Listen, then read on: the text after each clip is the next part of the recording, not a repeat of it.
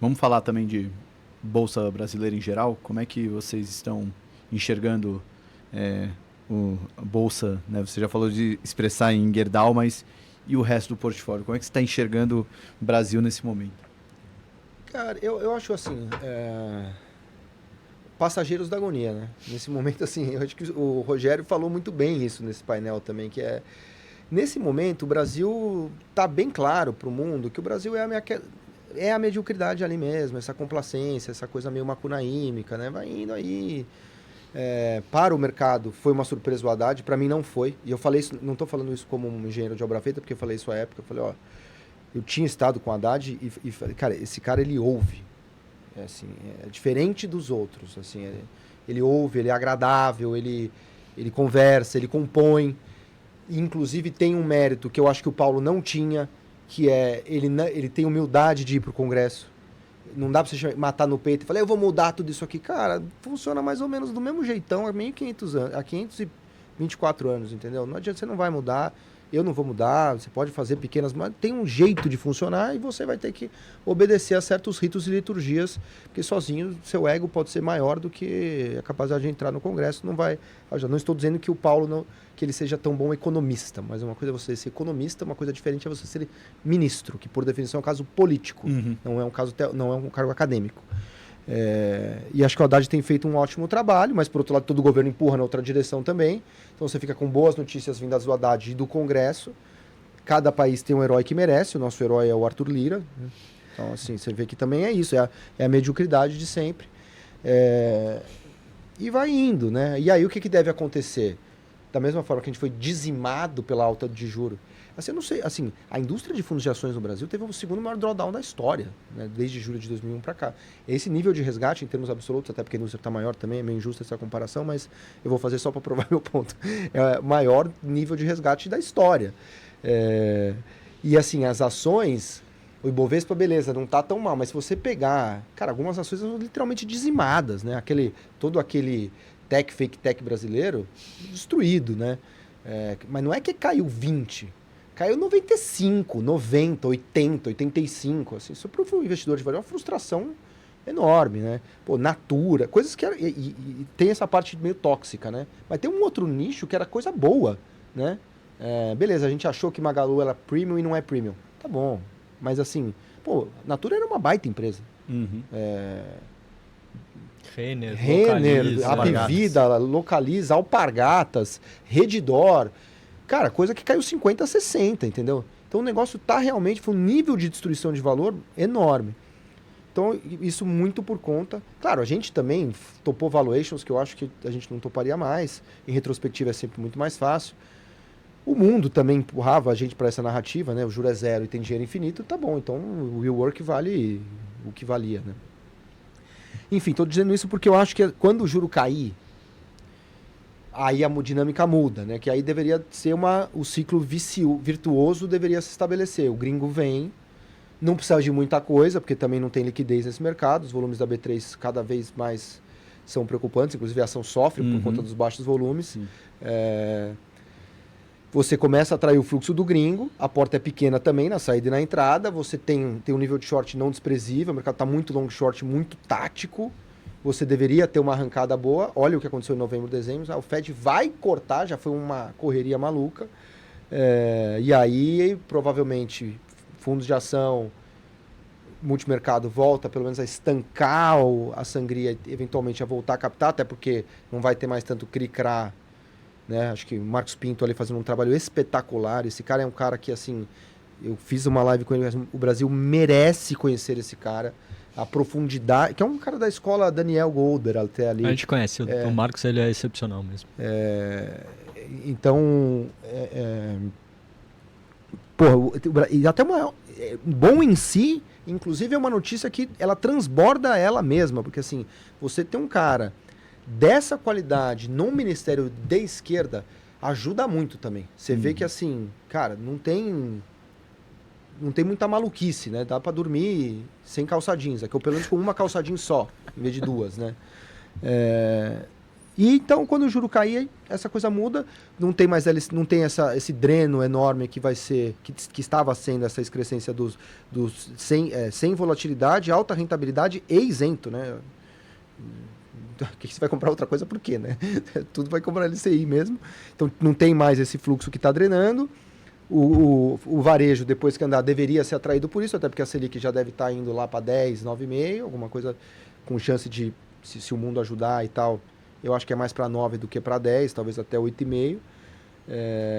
E aí já começa a fazer conta de 2025, aí, lucro cresce mais 10, bolsa tá barata, e aí anda, sabe?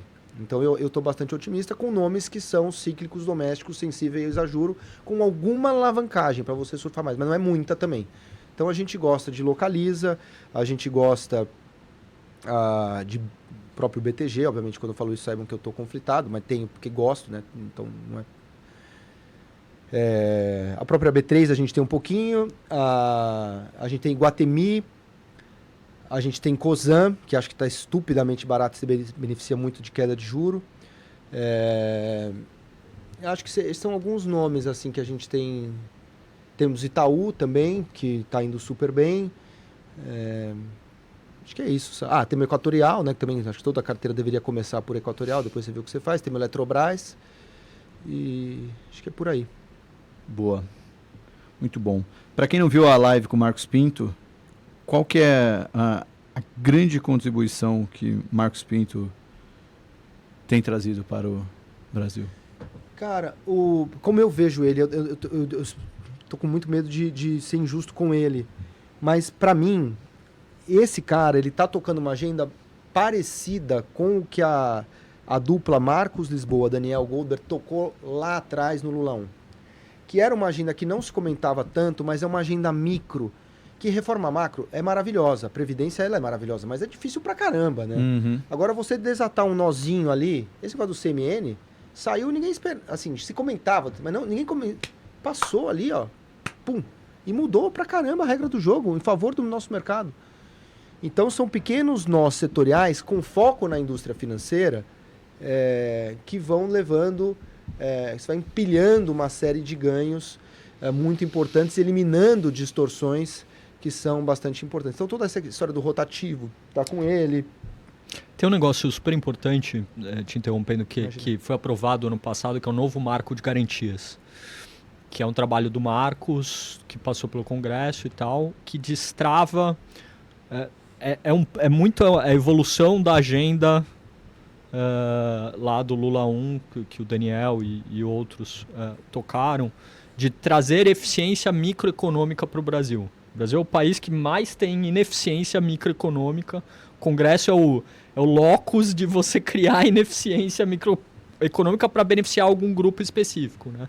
Então, trazer mais eficiência é fazer pequenas reformas, etc. Esse negócio do marco de garantia, ele destrava, ele traz eficiência para retomar bens, né? Retomar carro, retomar moto no empréstimo, retomar apartamento no empréstimo, etc. Isso, no fim do dia, é o quê?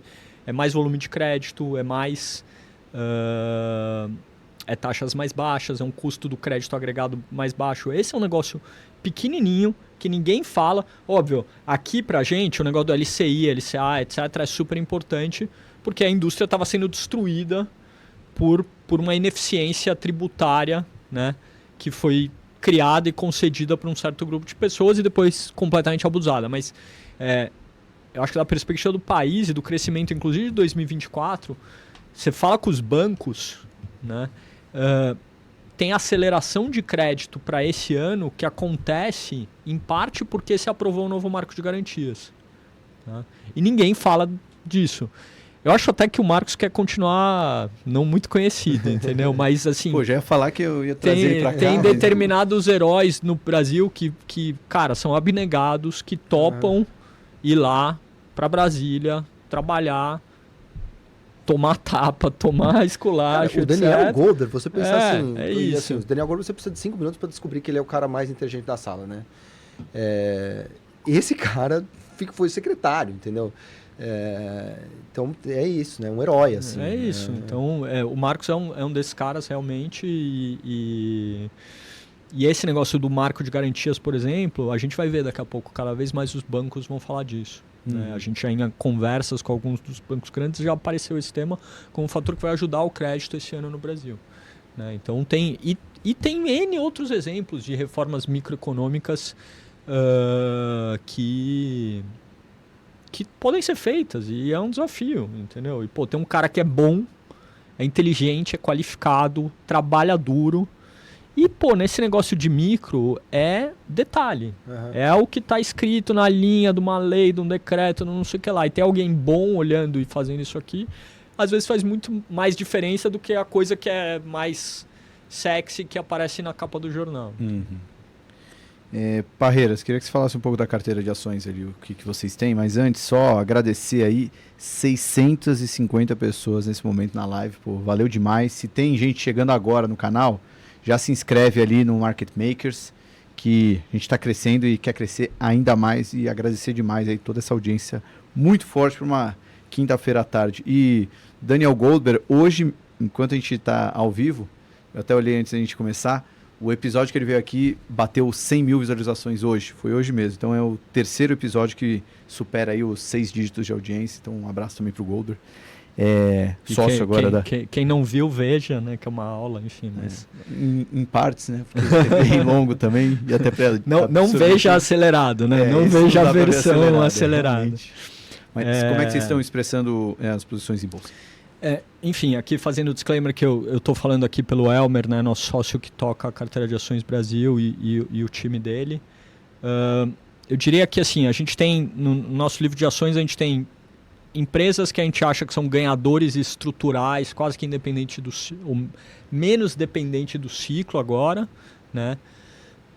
Então, coisas como Suzano, Rumo, Equatorial, Itaú, tá? Cases que a gente acha que são razoavelmente baratos, dependem menos da ciclicalidade, tem crescimento de lucro, e aí cada uma tem a sua especificidade, né? Suzano terminando um ciclo de investimento brutal, Rumo se beneficiando, né, do crescimento do agro brasileiro e da falta de investimento que existe no setor de infra aqui. Itaú, acho que muito barato, tem um ciclo de crédito agora contratado para frente e o management vem fazendo um trabalho incrível ali. Equatorial, não preciso falar. Então a gente tem um pouco, digamos, esse core da carteira. A gente tem um pouco, e recentemente essa parcela tem crescido, tem mais a ver com o que o Felipe estava falando, né? Os cíclicos domésticos que vão se beneficiar, juros caindo, uma economia indo bem, tem muito crescimento de lucro em vários desses nomes e especialmente aqui nesses primeiros meses do ano ficaram amassados nessa queda do small. Então a gente temos Localiza, temos um pouco de Apvida, temos... Recentemente compramos Alus, compramos Smartfit, compramos Soma, coisas desse tipo. É um pedaço da carteira que tem crescido. E aí temos um pouco de situações mais específicas de companhias, das quais a maior é essa Sabesp, né? Acho que a história da privatização e da geração de valor aqui, acho que talvez é um dos temas mais explorados nos podcasts recentemente. Mas temos outras aí parecidas. Tivemos a Eletrobras, agora saímos recentemente. Temos Eneva, um pouco de Serena, antiga Ômega, enfim.